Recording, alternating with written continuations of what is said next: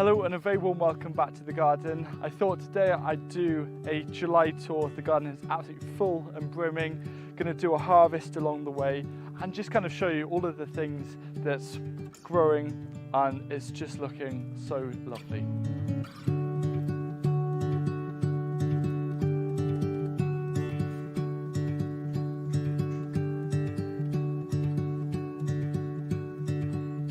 I'm going to start off at the first bed that you see when you come through the garden gate and look on your left. This is one of my highlights of the year. It's caraway, and we've been harvesting a lot of the green caraway seeds, which have been such a beautiful flavour, and now they've dried basically. So I'm going to save as many of these seeds as possible, not only obviously to eat but also to grow next year. It's a biannual and it's been so productive, and it's amazing how many seeds you can get from around a square foot. Now moving on to this bed here, this is going to be next year's purple sprouting broccoli, intercropped with just a quick kind of cash crop of radish. Obviously I love leeks. Anywhere that I can find some leeks, I've put in some leeks here. And then there'll be a second flush on this sweet pea. So we've cut this all back. In August some point it'll come back with a second flush of flowers. But this is really exciting. This down here is one of my favourite vegetables. I'm going to find one to show you. It's called Celtis. So it's a stem lettuce, and you can eat all of the leaves, but then you're left, and you can see how much is growing there. You're then left with this stem that you can cook. You can kind of like cook it a bit like an asparagus or something, but it's such a beautiful vegetable. It is so productive. You can use the leaves as a lettuce alternative. Something fantastic that I highly recommend. And then just got a row of beans that we've put in, and I'm really pleased with how this golden beetroot is looking. There's actually a couple here which are at harvestable size, just about. So you can see all of this food that's coming out from this area. So up here I've got a bunch of carrots that are growing. You can see, I mean, look at that, just got so many coming out. I got a funny forked one there, but there's just so much food at this time of year, which is so nice. And then I've got a bunch of beetroot growing here. Usually my standard is Bolt Hardy for like my main crop, but golden beetroot, I mean, it's just such a wonderful crop, and I try and grow as much of it as possible. In fact, I'll be sowing some more very soon to then transplant in a polytunnel to hopefully get some extra crops in. And I've got a bunch of abundant dwarf bean coming here. It's all starting to flower, and then I've just fitted a little row of leeks at the end. I'm just going to see what happens with those. So this beast of a brassica here is the Asturian tree cabbage, and it is so productive. You know, the leaves, look at that, the size. I mean, there are even bigger that are growing, and they get even bigger than that. But this is just such a lovely thing to chop up and stir fry with a bit of garlic. Absolutely delicious. In fact, I grow less normal cabbage because for me, this just replaces it. I've got a bit of parsley at the bottom here just to add a bit of flavour, which is really nice. Got a bit of borage. Here we've got a climbing bean. I've actually forgotten the variety, but that's looking so lovely. And then if I come round on this other side, I'm kind of being hidden here by, this is going to be chocolate sunflower, that the heads are just starting to form. And then on this side I've got a red flowering buckwheat, which is, honestly, it's so beautiful. It's such a beautiful plant it's more kind of a pink flowering, but it's something that it looks lovely. I'll get a bit of a grain, and I'm very happy with it. I'm a big fan of kohlrabi, and you can enjoy it in lots of different sizes. This is kind of the smallest where I will start harvesting it, a bit like the size of a golf ball, but it can get as big as you want. You can eat all of the leaves as well. It's just such a super duper looking vegetable that it's like it's come from outer space, and it's just something so nice to grate up and just add into literally anything that you want. It's so versatile, so beautiful. I've got a lot of this growing and on the way, so I'm looking forward to a lot of this, especially next autumn. So here I'm growing some telephone peas, and you can see just how tall they want to get. This is such a delicious variety, nice big peas and nice big productive pods. But sadly, not everything can be perfect in the garden. There's some signs of some powdery mildew at the bottom. So I'm just hoping that, you know, it's quite a common time of year to get powdery mildew on peas. So I'm just hoping that there's enough energy in this to finish the cropping and enjoy as many peas from this as possible. Then further down here, you know, nasturtiums, they are so beautiful. They add a bunch of colour all around the garden. You can also eat the leaves, eat the stems, you can eat the seeds. There's a bunch of things happening in this corner. Firstly, I'm growing mangelwurzel or mangle beet, inspired when I went to visit Stephanie Hafty, and she was growing a massive one, and apparently says makes a good wine. So I've got a bunch here and it's really starting to develop. Got rocket flowers, they're just such a delicious, delicate flower. So much flavour. And then just here actually, my field beans that I've planted, which are they're just a bit of a broad bean alternative, kind of grown as a cover crop, but I think are really delicious because they're broad beans but kind of half the size, and they create these much kind of smaller, cuter pods, and they're incredibly productive. So it's really nice to see these coming into harvest because it's out of the broad bean season now, but these are now going to replace that, so I can continue to get and enjoy the same flavours. And then over here, it's our second slightly smaller onion patch. The onions are starting to flop over, which means it is time to start thinking about harvesting them. And look, it's just so amazing coming up to the garden whenever you need some food.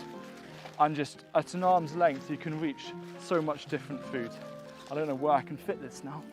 One of my favourite crops of the garden right now, and it's the thing that I celebrate when it starts running to seed, which is easily done, is coriander and their stunning green coriander seeds.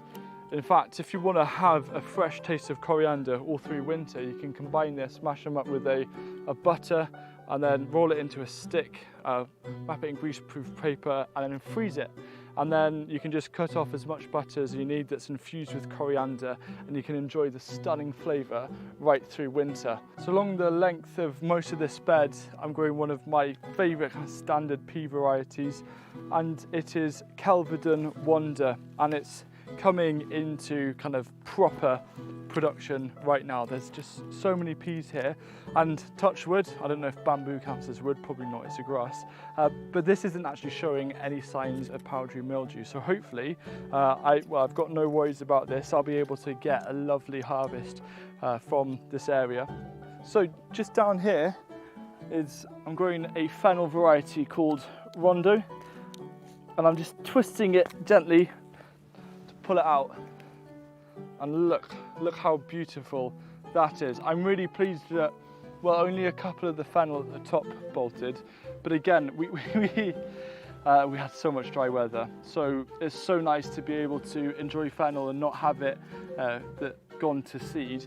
This is one of the darkest corners of the garden, and also I don't think the soil health of this bed is that healthy, so I'm experimenting with a little bit more of cover cropping here, and also just put in some extra lettuce because they grow pretty well in not so good quality soil.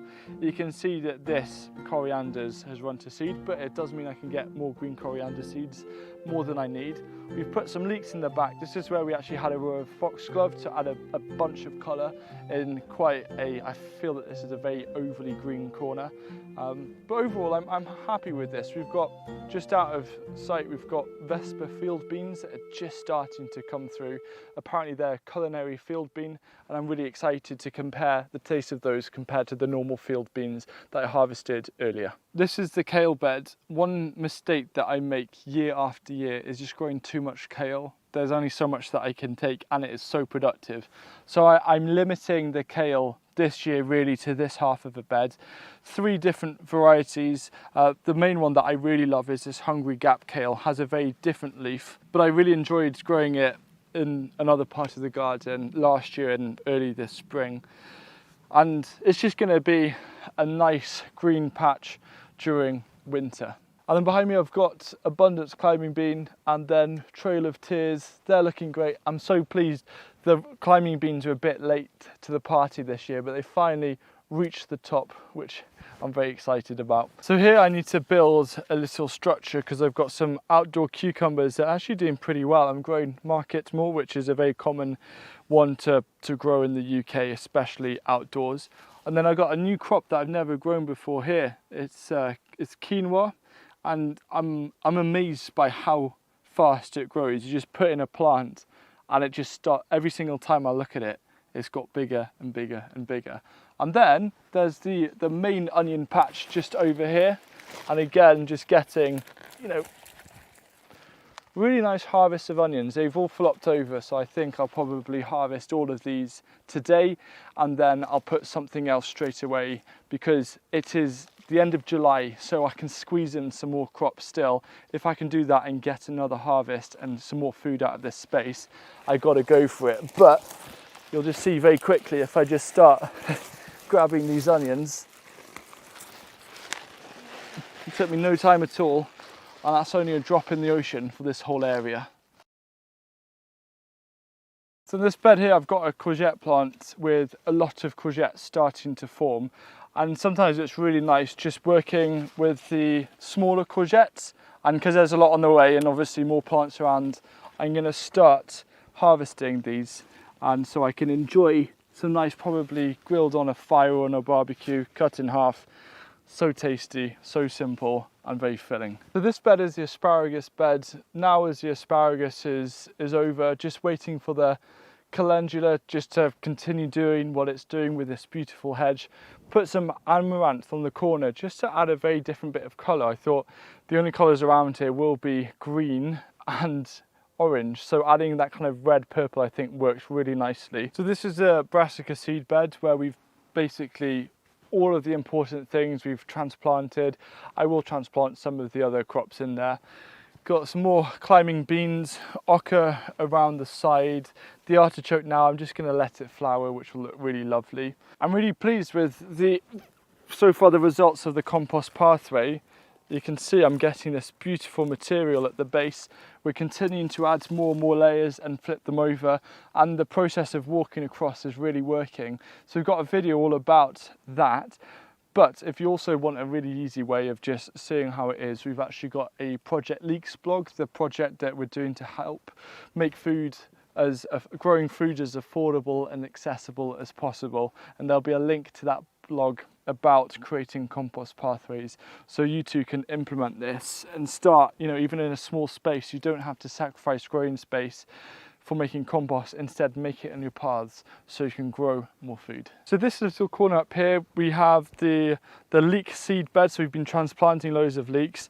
This area up here I'm very happy with. This is Llanover peas, so it's a Welsh pea variety, and the peas are absolutely massive. When they get to the right size, they're almost like a field bean size, which is something that we actually have growing here. And the thing that's so nice about this variety is that even when the peas are massive, unlike kind of more modern varieties which start tasting really starchy and really not nice, these maintain their sweetness, and it's so nice to start enjoying these again. And also, something that I found very interesting is we let this celery flower. It's kind of flopped after the heavy rain, but I had no idea that celery flowers are so small and delicate and beautiful. This is a coffee grounds bed, which I actually spoke a little bit about in the previous video about a formula for growing food affordably. It's looking really good. We've kind of started to mix things up a bit, but the coffee grounds have performed, I think, really well in terms of how the peas have turned out. So that's really useful. We're also experimenting with, at our other site, the potential of using used coffee grounds as pathways, as a pathway mulch for market gardens. So we're just learning a bit more about that, and we'll share the findings soon on Project Leeks blog. Now these are my Christmas potatoes. These are sapamiris, but I'm really excited. But even though I'm going to let them die down, I think I'll just harvest a bucket to kind of see how they're doing. So my verdict is that, you know, I've got the number of potatoes that I need, but not the right size, and they are a main crop. The other thing that I also need to do is probably give them a little bit of a water, and then they're all going to swell up to be nice big size, and I'm going to keep them in the pots and harvest them from December onwards. I love this little section at the top here. There's a few different things happening. We've got some little coriander flowers. This dill, you can see a lot of dill around the garden. This is stunning. It's a stunning flower, and it's kind of growing in between this leek seed head. You can now see why I always go on about saving some leeks back as an ornamental. I've got a little bee that's kind of, it's a little Welsh black honeybee that's climbing around on the other side. But I just love the fact that the dill is growing through the leek flower. This area was quite an underutilised part of the garden, but we've now put in a bed. This is one of the black runner bean growing up here. It needs a bit of a prune, it's gone nuts. Got some sunflowers as well, a few different things growing around. This big squash plant here, this is a spaghetti squash, one of my favourite things. And then behind you can just make out the netting, that's where our red currants are. We had such a beautiful harvest of red currants this year, and I don't know, I just love them. Having that red currant hedge running all the way along at the back of the garden is one of my favourite little things, and it provides a little bit of protection for the rest of the plants. Here we are in the solar tunnel. This grapevine is going nuts, but the birds seem a bit desperate this year, and they've been going for the grapes before they've even ripened. So we've just put up a few of the CDs to help scare them away. We'll probably net some of them, but it's such a nice feeling to have a grapevine in here. And then also we've got just everything from sweet corn that's intercrop with dwarf French beans. We've got cucumbers, tomatoes, nice hanging baskets. It's just such a lovely little green jungle to be in. But the polycrop is even more of a jungle right now. So the polycrop is well and truly a jungle, and I'm struggling to walk through, but I don't mind. Firstly, I want to draw your attention. I've got 3 tomatoes in here which are self-sown, and they were just growing. I thought I'll just let them grow and see what happens.